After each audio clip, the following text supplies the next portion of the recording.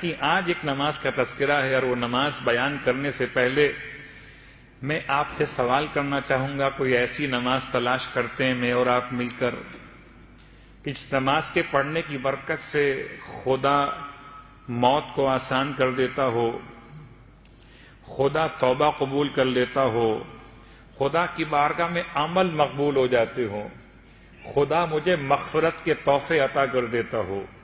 جس نماز کی برکت سے خدا میرے اور میرے اہل و عیال کو مبارکباد پیش کرتا ہو، وہ کون سا ایسا عمل یا ایسی نماز ہو سکتی ہے کہ جس کی برکت سے خدا روز قیامت میرے دشمن کو بھی مجھ سے راضی کر دے؟ وہ کون سی ایسی نماز اور دعا ممکن ہو سکتی ہے جس کی برکت سے خدا میرے لیے دنیا اور آخرت کی روزی میں کشادگی پیدا کر دنیا اور آخرت کی روزی میں کشادگی پیدا کر دے؟ وہ کون سی نماز یا دعا ہو سکتی ہے جس کی برکت سے خدا میرے والدین کو بھی بخش دے اور ذریت کو بھی بخش دے؟ وہ کون سی ایسی دعا ہو سکتی ہے کہ خدا میرے لیے آسانیاں پیدا کر دے، کوئی مشکل نہ ہو؟ وہ کون سی دعا ہو سکتی ہے جو میری موت کو آسان کر دے، روح نکلے مگر سختی قبض روح نہ ہو، یا سختی حالت نزا نہ ہو؟ وہ کون سی ایسی دعا یا نماز ہو سکتی ہے جس کی برکت سے فرشتہ موت کے ساتھ خود جبرائیل میرے سرہانے آ جائیں؟ تو کوئی ایسی دعا یا نماز ہے یا نہیں ہے؟ یا صرف میں نے خواب و خیال کی باتیں آپ تک پہنچائی ہیں؟ یہ صرف تمنائیں نہیں ہیں، یہ آرزویں نہیں ہیں، بلکہ یہ انعامات ہیں سرکار ختم یہ مرتبہ صلی اللہ علیہ وآلہ وسلم.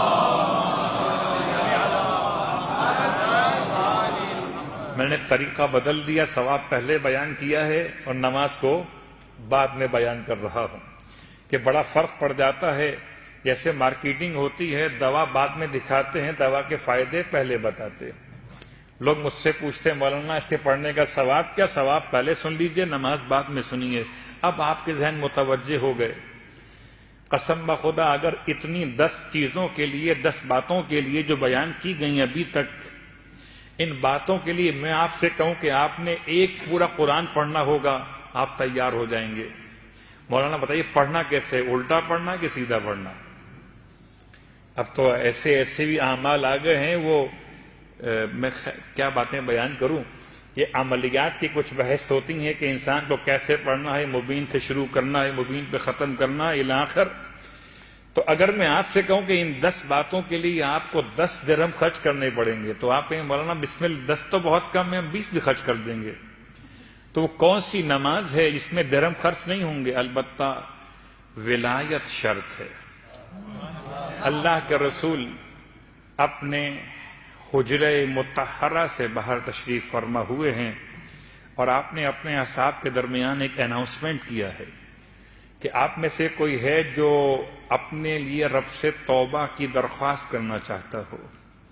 اب تک جو میں نے بیان کیا یہ تمام فائدے نماز توبہ کے ہیں. صلوات پڑھیں محمد والے محمد.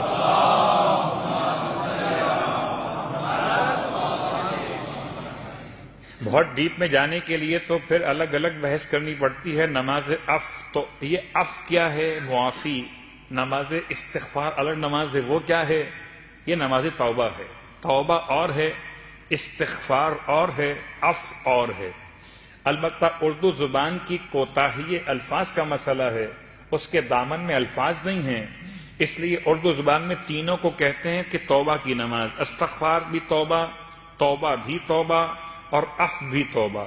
حالانکہ وہ نماز ہے کہ اگر انسان کو عبادت خدا میں ذائقہ کم محسوس ہو، عبادت میں سستی پیدا ہونے لگے، تو اسے وہ نماز پڑھنی چاہیے. نماز استغفار وہ نماز ہے جو خدا سے مغفرت طلب کرنے کا پہلا عنوان ہے. جب مغفرت طلب کی اور مغفرت آپ کو مل گئی، اب پھر آپ کے لیے توبہ کی منزل ہے. پہلے مغفرت ہے اور بعد میں توبہ ہے.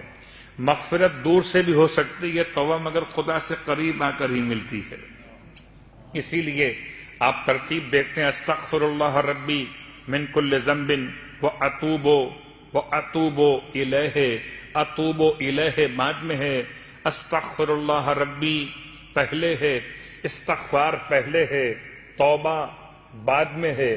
استغفار میں ندامت ہے، استغفار میں آئندہ نہ کرنے کا ارادہ ہے، استغفار میں انسان کے لیے جو کر دیا اس پہ شرمندگی، اور پھر استغفار کے بعد پھر وہ توبہ کی کیفیت۔ توبہ کی 3 قسمیں ہیں، ایک توبہ اوپر سے نیچے آتی ہے، ایک توبہ نیچے سے اوپر جاتی ہے، اور ایک توبہ پھر اوپر سے نیچے آتی ہے۔ خدا توفیق توبہ عطا کرتا ہے، یہ پہلا نزول ہے۔ پھر انسان توبہ کرتا ہے، یہ دوسرا صعود ہے۔ پھر خدا توبہ قبول کرتا ہے، یہ پھر تیسرا نزول۔ صلوات پڑھیں محمد علیہ وسلم۔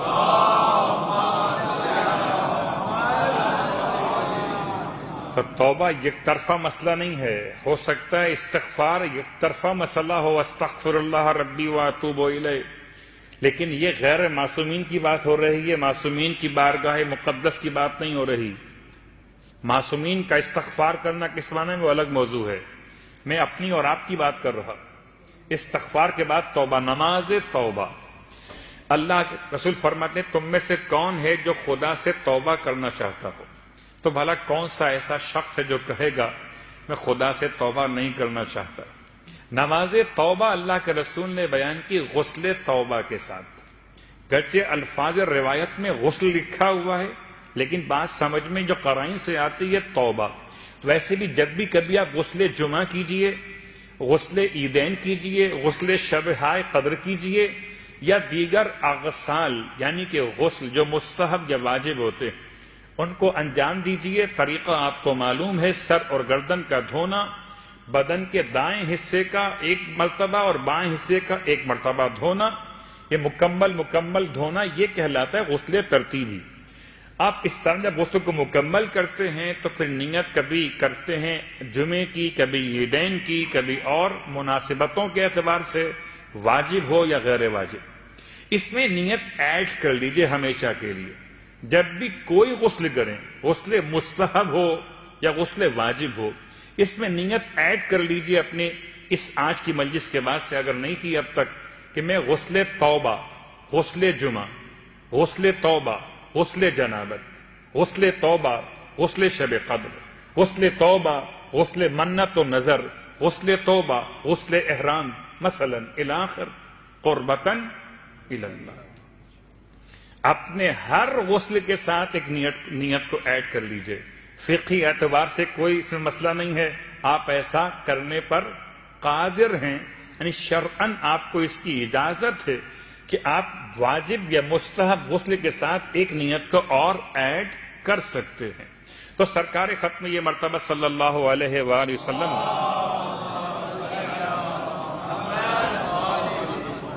جو نماز بیان فرمائی، نماز توبہ، اس سے پہلے آپ نے غسل بیان کیا، غسل توبہ۔ ویسے بھی انسان کو چاہیے جب توبہ کرنے کے لیے آمادہ ہو جائے تو پہلے اپنے آپ کو پاک اور پاکیزہ کر لے۔ غسل کے بعد آپ فرماتے ہیں وضو بھی کرو۔ اس کا مطلب یہ روایت اس غسل کے بارے میں ہے جہاں غسل کفایت نہیں کر رہا وضو کی، یا کبھی کبھی ایسا ہو سکتا ہے کہ روایت کا جو مطمع نگاہ ہو یہ ہو کہ طہارت کاملہ منعقد کی جائے، تو غسل بھی کیا جائے اور وضو بھی کر لیا جائے۔ تو دونوں باتیں آپ نے بیان فرمائی، غسل کرو پھر وضو کرو، پھر 2 رکعت کر کے 4 رکعت نماز توبہ کی نیت سے قربتاً الی اللہ پڑھو۔ ہو سکتا ہے کہ کوئی یہاں سوال ذہن میں آئے، کیا میں اپنے والدین کی طرف سے پڑھ سکتا ہوں، اپنے بھائی بہن عزیز قریب اہلیہ بچوں کی طرف سے پڑھ سکتا ہوں؟ جواب، توبہ کا مسئلہ ویسے تو اپنا اپنا ہے، میری توبہ آپ کے کام نہیں آئے گی اور آپ کی توبہ میرے کام نہیں آئے گی، اس لیے کہ آپ کے معاملات خدا سے الگ ہیں، میں لفظ گناہ استعمال نہیں کر رہا، میرے معاملات اللہ سے الگ ہیں۔ لیکن پھر بھی اگر کوئی تمام کی طرف سے پڑھنا چاہے تو شرعاً گنجائش ہے۔ 2 رکعت نماز پھر 2 رکعت نماز۔ طریقہ سورہ الحمد کے بعد 3 مرتبہ سورہ اخلاص اور 1 مرتبہ سورہ فلق اور سورہ ناس، 3 مرتبہ سورہ اخلاص اور 1 مرتبہ سورہ فلق، 1 مرتبہ سورہ ناس۔ یہ 4 رکعت نماز میں طریقہ بالکل سیم رہے گا، 2 رکعت کر کے نماز مکمل، نماز توبہ قربتاً الی اللہ۔ نماز کو مکمل کرنے کے بعد 70 مرتبہ استغفر اللہ ربی واتوب الیہ، استغفر اللہ ربی واتوب الیہ، استغفر اللہ ربی واتوب الیہ. اور اس کے بعد ایک مرتبہ ما شاء اللہ لا قوت الا باللہ العلی العظیم کے بعد ایک مرتبہ یا عزیز و یا غفار اغفر لی ذنوبی وذنوب جمیع المؤمنین والمؤمنات انہ لا یغفر الذنوب الا انت یا الا انت. آپ پورا پڑھ لیجیے. یہ جملہ ایک مرتبہ ادا کرنا ہے. یہ نماز کے تمام فائدے اللہ کے رسول نے ارشاد فرمائے. ذی قعدہ کا اتوار کا دن تھا جب اللہ کے رسول نے نماز کو بیان کیا تو اصحاب نے پوچھا یا رسول اللہ کیا ذی قعدہ کے اتوار کے علاوہ بھی اس نماز کو پڑھ سکتے ہیں؟ آپ نے فرمایا جب بھی پڑھنا چاہو ثواب اتنا ہی ملے گا، چاہے مہینہ کوئی بھی ہو اور دن کوئی بھی. تو شاید پورے سال میں کوئی اور اثر ہوتا ہو مجھ پر اور آپ پر توبہ کے عنوان کا، مگر ماہ رمضان میں تو سچی بات یہ ہے جتنا خدا سے قریب ہوتے ہیں. قریب کیوں ہوتے ہیں؟ کہ دنیا کی لذتوں سے دور ہوتے ہیں اور خدا سے قریب ہوتے ہیں.